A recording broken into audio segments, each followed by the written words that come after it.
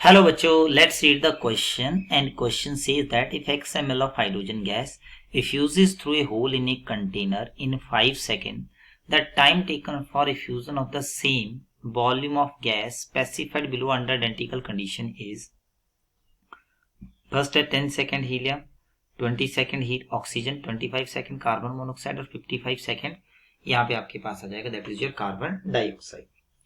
तो यहाँ पे हमें बताना है कि कौन सा गैस जो होगा वो हमारे पास यहाँ पे सेम टाइम लेगा।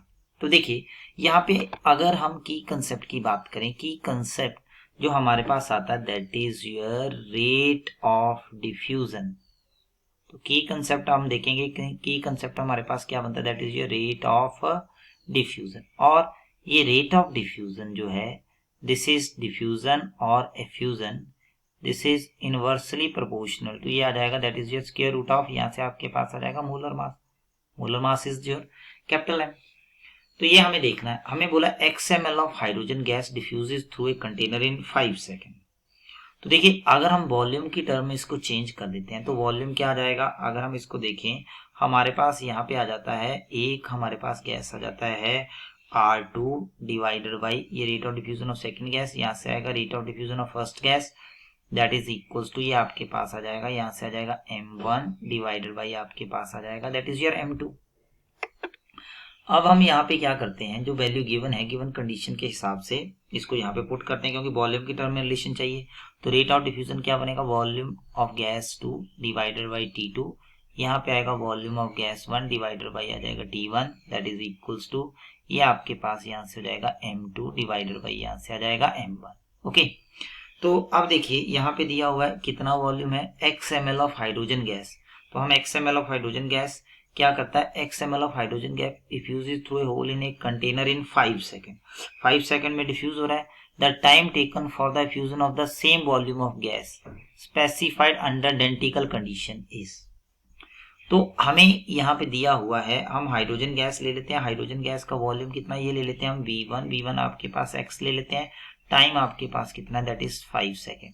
V2 हमें दिया है सेम वॉल्यूम ऑफ गैस, इसका भी XML ले लेते हैं, टाइम T2 जो है वो हमें यहाँ से क्या करना है, यहाँ से फाइंड करना है।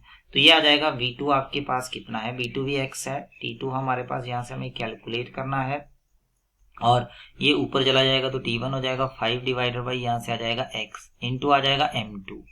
M2 क्या है, अब V1 हमने यहाँ पे लिया हाइड्रोजन गैस, M2 हमें यहाँ से क्या करना है, M2 यहाँ से हमें निकालना है, sorry this is M2 divided by M1। M2 यहाँ से हमें निकालना है, M2 यहाँ पे सॉल्व करना होगा। तो यहाँ पे हम देखेंगे ये आपके पास वैल्यूज जो है यहाँ पे आ जाएगी M2 यहाँ से आपके पास दिस इज M2 और दिस इज योर M1, यहाँ पे M1 हो जाएगा, यहाँ पे आपके पास हो जाएगा दैट इज योर M2। तो M1 कितना है, M1 हाइड्रोजन का मास है, ये हमें पता है हाइड्रोजन का मास कितना होगा दैट इज योर 2 और M2 हमें यहाँ से कैलकुलेट करना है। x से x कैंसिल हो जाएगा तो यहाँ से आएगा 5 डिवाइडेड बाई यहाँ से आ जाएगा T2 that is equals to root 2 और यहाँ से आपके पास आ जाएगा दैट इज योर M2, ये हमारे पास है। ठीक है, तो अब हमें यहाँ पे टाइम निकालना है और उसको ध्यान में रखना है कि ये वाली कंडीशन हमारे पास क्या हो, सेटिस्फाई हो। तो पहला हम ले लेते हैं, यहाँ पे पहला ऑप्शन हमारे पास दिया हुआ 10 सेकेंड और हीलियम, पहला दिया हीलियम और टाइम कितना है 10 सेकेंड। ठीक है, देखिए अगर हम टाइम 10 सेकेंड पुट करते हैं ये बन जाएगा 5y, यहाँ से आ जाएगा टाइम कितना हो जाएगा 10 सेकेंड, हीलियम का मोलर मास क्या था 2y कितना आ जाएगा दैट इज योर 4। ओके, 2/4 आ जाएगा, कैंसिल हो जाएंगे, कितना आ जाएगा 1/2, यहाँ से आ जाएगा 1/2, तो ये बन जाएगा 1/2 that is equals to root 1/2। दोनों साइड जो हैं वो आपके पास जो है यहाँ पे इक्वल नहीं है, इसका मतलब ये तो आंसर नहीं बनेगा। अब हम बी ऑप्शन की तरफ जाते हैं, बी ऑप्शन है 20 सेकेंड, यहाँ पे आपके पास आ जाएगा O2। हीट एंड ट्रायल से हम पुट करें तो ये कितना बनेगा 20 सेकेंड है, 5 डिवाइडेड बाई यहाँ से आपके पास बनेगा दैट इज 20 और यहाँ पे आपके पास बनेगा 2 और ऑक्सीजन कितना होता है, ऑक्सीजन का एक एटम का मास होता है 32, मॉलिक्यूल है 16, तो यहाँ पे आ जाएगा 32। यहाँ पे आप करोगे 1/4 तो इसको कैंसिल करोगे कितना आ जाएगा 16, तो 1/4 इज इक्वल टू क्या आ जाएगा 1/4। तो इसका मतलब आंसर क्या बनेगा, वी ऑप्शन जो है वो आपके पास यहाँ से क्या होगा आंसर होगा। अगर हम थर्ड ऑप्शन की बात करें, थर्ड ऑप्शन क्या है 5/T2 कितना दिया 25, तो ये बनेगा 5/25 और यहाँ से बनेगा 2 M2। कार्बन का मास कितना होता है 14, यहाँ पे आ गया 16, ये कितना बन गया आपके पास 30। तो दोनों एक दूसरे के इक्वल नहीं होंगे, ये भी आंसर नहीं बनेगा।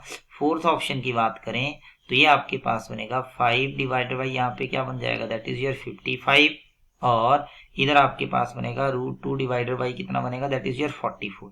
तो ये दोनों साइड भी एक दूसरे के इक्वल नहीं, ये आंसर भी नहीं बनेगा। इसका मतलब आंसर आपके पास बनेगा B option. So I hope this will clarify your doubt. Thank you.